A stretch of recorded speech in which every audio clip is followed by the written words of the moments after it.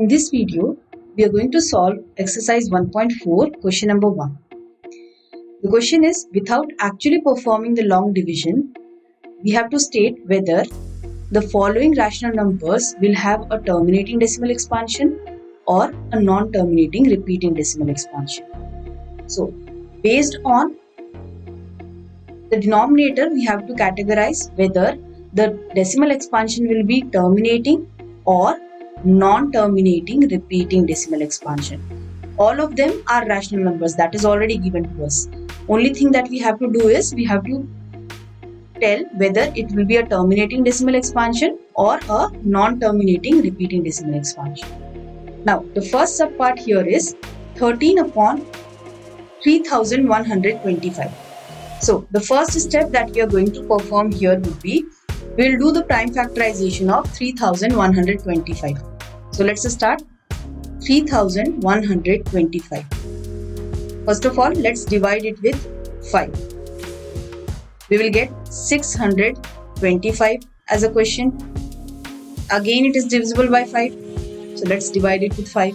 We will get 125. Again let's divide it with 5. We'll get 25. Again let's divide it with 5. We'll get 5 as a quotient. And finally we'll again divide it with 5 in order to get 1 as a quotient. So definitely we can write down this 13 upon 3125. The denominator can be written, the prime factorization of the denominator is having 5 into 5 into 5 into 5 into 5. Right?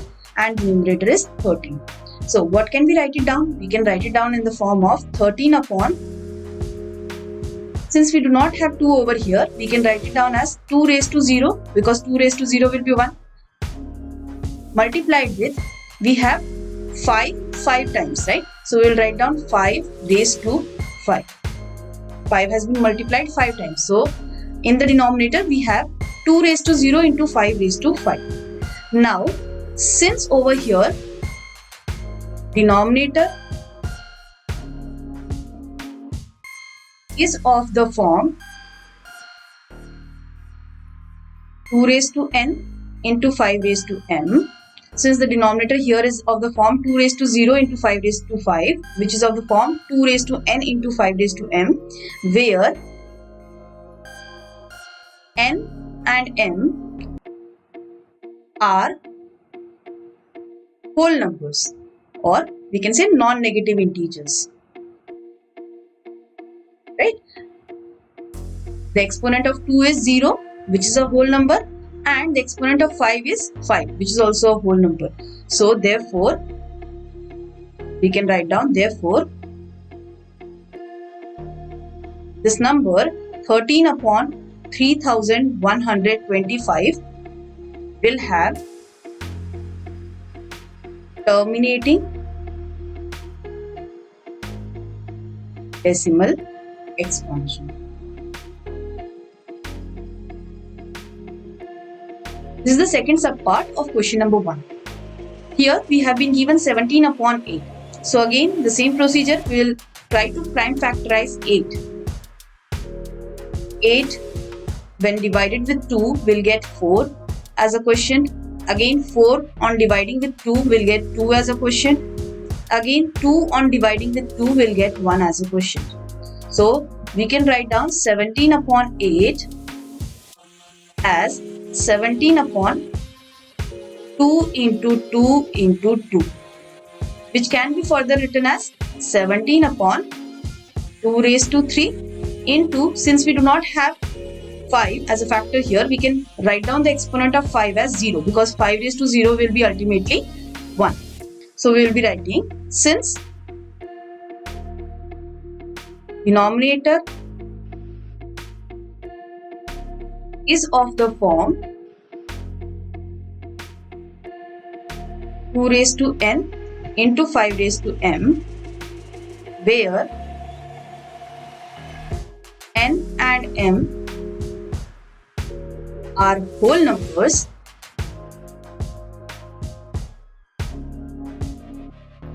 Therefore, 17 upon 8 will have a terminating decimal expansion. Whenever the denominator is of the form 2 raised to n into 5 raised to m, definitely the decimal expansion of that rational number would be terminating decimal expansion. This is the third subpart of question number 1. 64 upon 455. So first of all, we will try to prime factorize 455. On dividing 455 with 5, we are going to get 91 as a question. Now, is it possible to divide it with 5? No. So, we will try to divide it with 7. And now we are going to get over here 13. Now, since we know 13 is a prime factor, so therefore it will only be divisible by 13 or 1. So, therefore 13 on dividing with 13, we are going to get 1 as a question. Now, we will be writing 64 upon 455 as we will write down 64 as it is in the numerator, but in the denominator we will write down the prime factorization of 455. That is 5 into 7 into 13. Now, clearly you can see that over here we have 5, but we do have 7 and 13 also as a prime factor in the prime factorization of 455. So, we will write down, since denominator is not of the form 2 raised to n into 5 raised to m. What does it mean?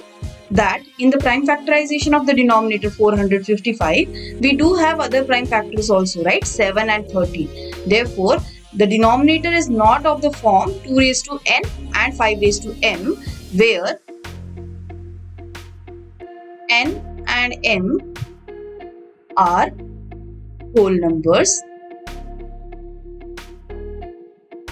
Therefore, 64 upon 455 will have non-terminating, repeating decimal expansion. So simply only one thing that we have to see over here is, whenever we do the prime factorization of the denominator, is the denominator having any other prime factors apart from 2 and 5? In case if it is having any other prime factors apart from 2 and 5, then it will have non-terminating repeating decimal expansion. Now, this is the fourth subpart of question number 1. Here, in the denominator, we have 1600. The question is 15 upon 1600. So, in the denominator, we have over here 1600. Let's do the prime factorization of 1600. We'll get, on dividing it with 2, we'll get 800 as a quotient. Let's divide 800 with 2, we'll get 400 as a quotient. Again, on dividing 400 with 2, we'll get 200 as a quotient. Then dividing 200 with 2, we'll get 100 as a quotient. Now, again dividing 100 with 2, we'll get 50 as a quotient. Dividing 50 with 2 will lead us to 25 as a quotient. Now, 25 on dividing with 5, we will get 5 as a quotient. Finally, 5 on dividing with 5, we'll get finally 1. So, therefore, we can write down 1600 in the form of, the prime factorization of 1600 will have 15 upon 2 into 2 into 2 into 2 into 2 into 2. So 2 has been multiplied 6 times, right? And along with that we have twice 5. So we will try to simplify it if possible.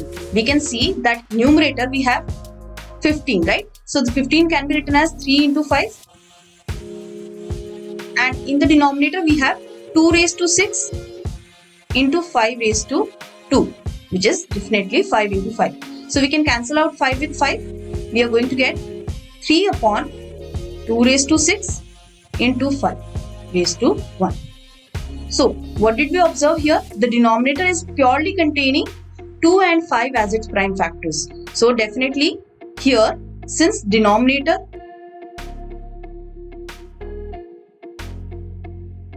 is of the form 2 raised to n into 5 raised to m, where n and m are whole numbers, we can see it is written in the form of 2 raised to 6 into 5 raised to 1, right?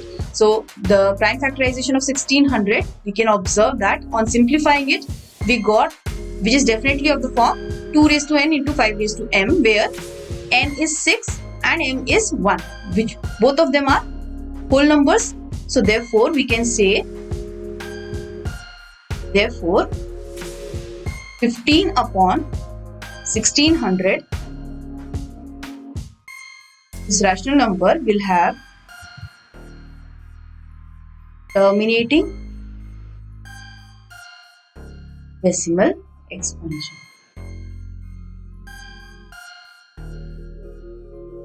Now, this is the fifth subpart of question number 1. Here we have 29 upon 343. 29 upon 343. So, let's prime factorize the denominator 343. We can divide it with 7 in order to get 49 as a quotient. Again, dividing 49 with 7 will give us 7 as a quotient. Finally, dividing 7 with 7 will get 1 as a quotient. So, we can write down 29 upon 343. Here, the prime factorization of 343 has 7 into 7 into 7, which means it can be written as 29 upon 7 raised to 3.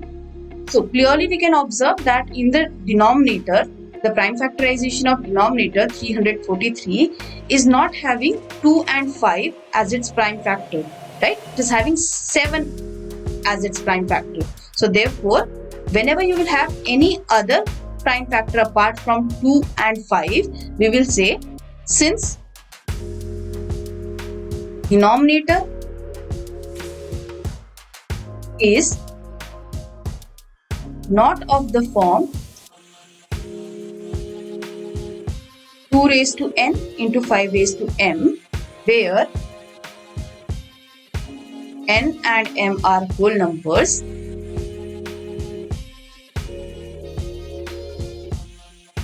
therefore 29 upon 343 will have non-terminating repeating decimal expansion. So only thing here we have to consider is that the denominator should not have any other prime factor apart from 2 and 5 in the prime factorization of denominator, right? So denominator prime factorization should not have any other prime factors apart from 2 and 5. If it is having, then it will definitely have non-terminating repeating decimal expansion. Otherwise, it will have terminating decimal expansion. In case if the prime factorization of denominator is having only 2 and 5 as its prime factors, not any other prime factor, then it will have a terminating decimal expansion. Otherwise, if the prime factorization of denominator is having any other prime factor apart from 2 and 5, so we can consider that the rational number will have, in that case, non-terminating repeating decimal expansion. Now, this is the sixth subpart of question number 1. Here, luckily, in the denominator, we have already been given it in the form of prime factors, right? So, prime factorization has already been done. 23 upon 2 raised to 3, 5 raised to 2. So, clearly we can observe that the denominator In the prime factorization of denominator, we have only 2 and 5 as its prime factors, right? So therefore, we will write down, since denominator is of the form 2 raised to n into 5 raised to m, where n and m are whole numbers. Therefore, 23 upon 2 raised to 3 into 5 raised to 2 will have terminating decimal expansion, because the denominator is having in its prime factorization only 2 and 5 as its prime factors. Okay, not any other prime factors. So therefore, definitely this rational number will have a terminating decimal expansion. Now, this is the 7th subpart of question number 1. Here clearly we can observe that in the denominator we have 2 raised to 2, 5 raised to 7 and 7 raised to 5. So the denominator is having, apart from 2 and 5, 7 also as the prime factor. Okay, the prime factorization of denominator is having 7 also as a prime factor apart from 2 and 5. So therefore, it is not of the form, since denominator, will be writing, since denominator is not of the form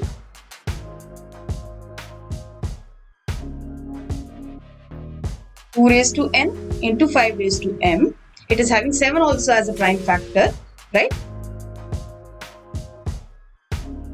Where n and m are whole numbers. Therefore, we can definitely say this rational number 129 upon 2 raised to 2 into 5 raised to 7 into 7 raised to 5 will have non-terminating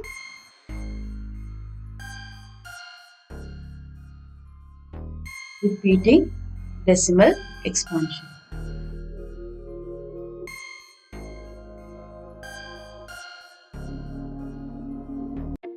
So only condition is that the prime factorization of the denominator should not have any other prime factor apart from 2 and 5. Okay, then we can write down that denominator is not of the form 2 raised to n into 5 raised to m, since 7 is present as a prime factor over here. So therefore, this rational number will have non-terminating repeating decimal expansion. Now, this is the 8th subpart of question number 1.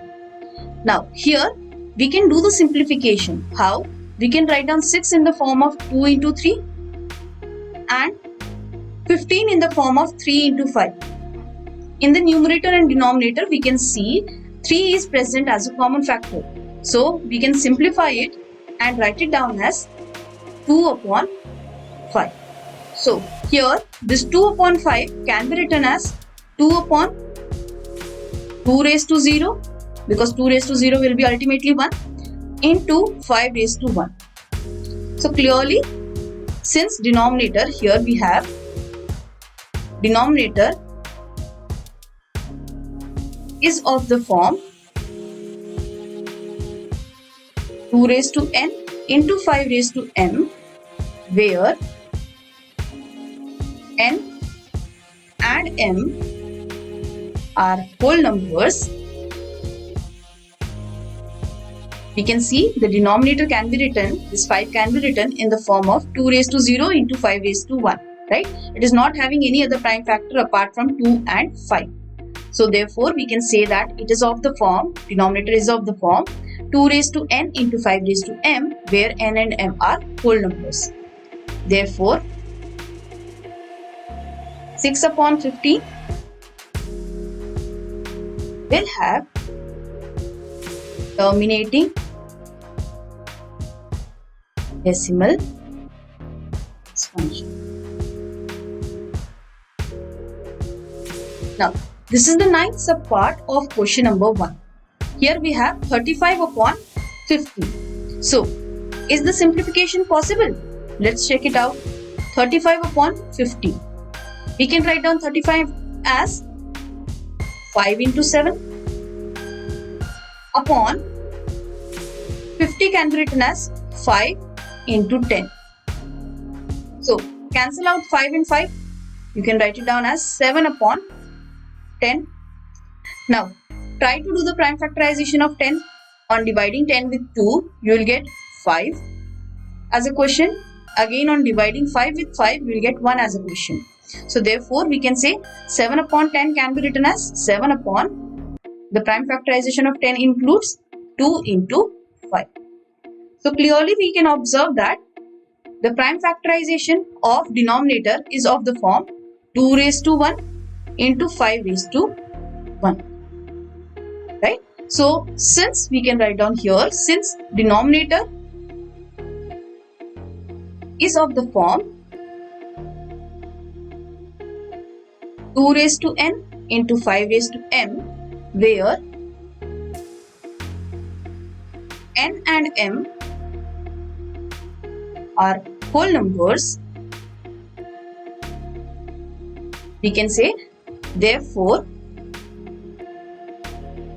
35 upon 50 will have terminating decimal expansion, because the prime factorization of 50 has only 2 and 5 as its prime factors, not any other number, right? So therefore it will definitely have 35 upon 50 will definitely have terminating decimal expansion. Now we are at the 10th subpart of question number 1. It is 77 upon 210. So let's try to simplify first of all, if possible. Let's try to simplify 77 upon 210. In the prime factorization of 210, if we will divide 210 with 2, we are going to get 105 as a quotient.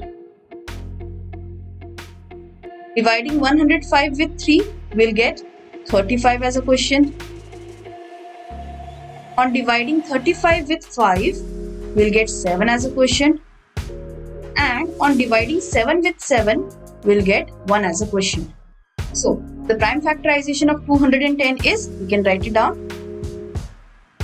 in the denominator, 2 into 3 into 5 into 7. Now clearly 77 can be written in the form of 7 into 11, and in the denominator we have 2 into 3 into 5 into 7, right? 7 and 7 we have common factor in the numerator and denominator. So at first, if you will look, the prime factorization of 210 is containing 7 and 3 as its prime factors apart from 2 and 5 also. So therefore you might think that it is not of the form 2 raised to n into 5 raised to n. So that's why the first step is we have to simplify the rational number as much as possible. Let's simplify. We have 7 as a common factor in the numerator and denominator. On simplifying it, we'll get 11 upon 2 into 3 into 5. Still, we have 3 as a prime factor in the prime factorization of the denominator, right? Apart from 2 and 5, we have 3 also. So therefore, we will write down, since denominator is not of the form